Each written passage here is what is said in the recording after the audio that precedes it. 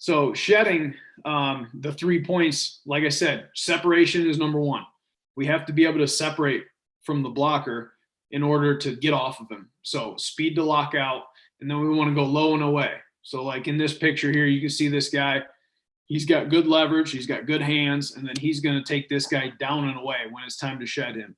And we'll work a lot of times in practice where we will get into this gap, and then we'll shed down and away, and then we'll come to balance right here. We'll do the same thing where we'll shed, and then we'll pretend like the ball carrier cut up inside of us, and we'll shed opposite, down and away. But either way you do, whether it's to your gap or away from your gap, it's got to be down and away violently. You're pulling that guy back in. And then that last point there, high to low, just emphasizing that vertical leverage.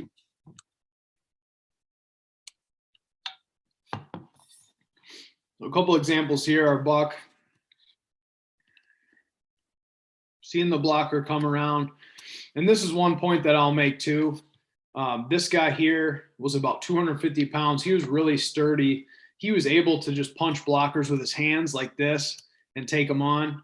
You know, if you have a smaller guy or a guy that's, you know, not as physical, I would coach him to put his shoulder and his forearm into that guy to make sure that he can hold point, as opposed to getting hit, punching with his hands, but getting driven to the sideline.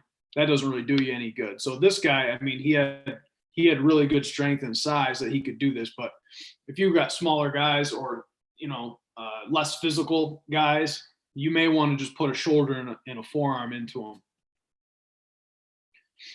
But you can see here, he's doing a good job with his vertical leverage. He's underneath, separates.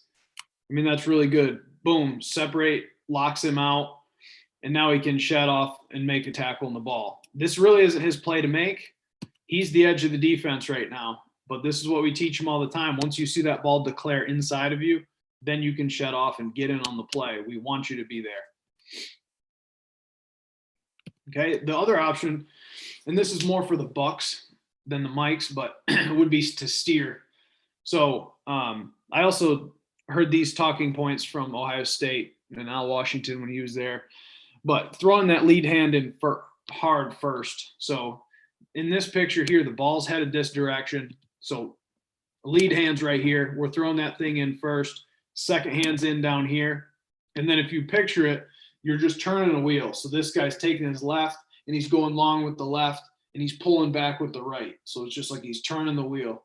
And he's going to turn this guy's shoulders. So that way, if this ball wants to bounce to the outside, we're just going to take our right arm right here. We're going to rip, get square, and we're going to make the tackle. If that ball goes inside, the ball declares inside, then we can arm over, or we can do what we were talking about earlier and take both hands and shed back to the inside. So this is kind of like how we would set up the drill. I don't have any film of it, but we'd go one whistle, we'd turn the wheel, second whistle, we'd escape. So it's a really simple drill. You can do it. I mean, you don't even really have to have pads on to do it. It could be an off-season drill too, but it just gets those guys used to controlling the blocker, turning them, and then escaping to wherever the ball's at. And the key point too on the arm over is you got to make sure that the ball's declared in there. If this back's dancing and he kind of jabs inside and we go arm over and he runs to the outside, we're in trouble because we just gave up the edge. So you've got to make sure that the ball's declared inside you before you go arm over.